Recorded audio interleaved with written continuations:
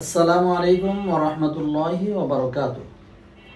আলহামদুলিল্লাহ ওয়া কাফা ওয়া সালামুন আলা ইবাদিহিল্লাযীনা সাফা আম্মা বা'দ। ফাআউযু বিল্লাহি মিনাশ শাইতানির রাজীম। বিসমিল্লাহির রহমানির রহিম।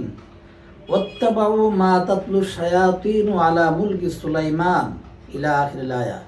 সাদাকাল্লাহুল আযীম। সুপ্রিয় দর্শকবিন্দু, কালো জাদু বা ব্ল্যাক ম্যাজিক এই নিয়ে পূর্বে একটি আলোচনা করেছিলাম। আজকে আরেকটি আলোচনা করব। পুরা বিশ্বে বর্তমানে কালো জাদু বা ব্ল্যাক ম্যাজিক নিয়ে আবার স্টাডি শুরু হয়েছে। অনেকে এগুলি নিয়ে চর্চা করতেছে বর্তমান বিশ্বে। আগেও এগুলি ছিল, মাঝে দিয়ে একটু কম ছিল, আবার বর্তমানে এগুলি খুব বেড়ে গেছে এবং এগুলির চর্চাও খুব বাড়ছে। কোরআনে কারিমে আছে ওয়াত্তাবাউ মা তাতলু শায়াতিনু আলা মুলকি সুলাইমান।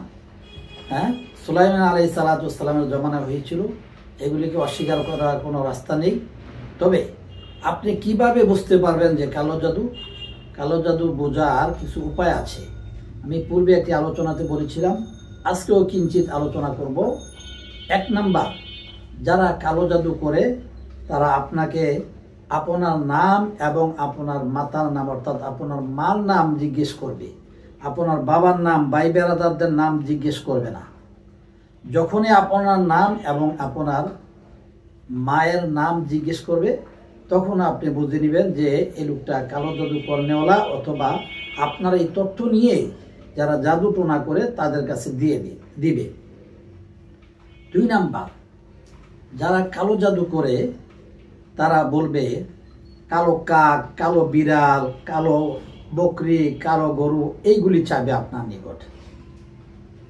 যখন কালো জিনিস চাবে তখন আপনি বুঝে নেবেন যে আপনাকে এই লোক কালো জাদু করার জন্য অগ্রসর হইতেছে। 3 নাম্বার, যারা কালো জাদু করে তারা আপনার নিকট চাইবে যে আপনার ব্যবহৃত জামা কাপড় যেইগুলির মাঝে আপনার গাম লেগেছে ওই ব্যবহৃত পোশাক দিয়ে তারা জাদু করবে। 4 নাম্বার, যারা কালো জাদু করে তারা একটি তাবিজ দিয়ে বলবে এই তাবিজটি অমুক জায়গায় পুঁতে রাখো, অথবা অমুকের বালিশের নিচে দিয়ে দাও, অথবা অমুক গাছে লটকায় রাখো, অথবা অমুক ঘরের কোনায় রেখে দাও।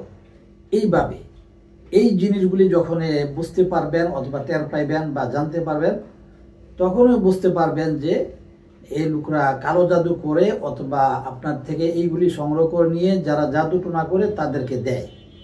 সুপ্রিয় দর্শকবিন্দু, কালো জাদুকে অস্বীকার করার কোনো রাস্তা নেই। তবে এগুলি থেকে বাঁচার জন্য উপায় আমি পরবর্তীতে বলবো। এই ব্যাপারগুলি আপনি আপনার বন্ধু বান্ধবদের নিকট শেয়ার করে দিবেন, জানিয়ে দিবেন। এগুলি থেকে বাঁচার উপায় বলবো ইনশাল্লাহ। আজকের জন্য এখানে শেষ করলাম। নাসরুম মিনাল্লাহি ওয়া ফাতহুন করিব ওয়া বাশিরিল মুমিনিন।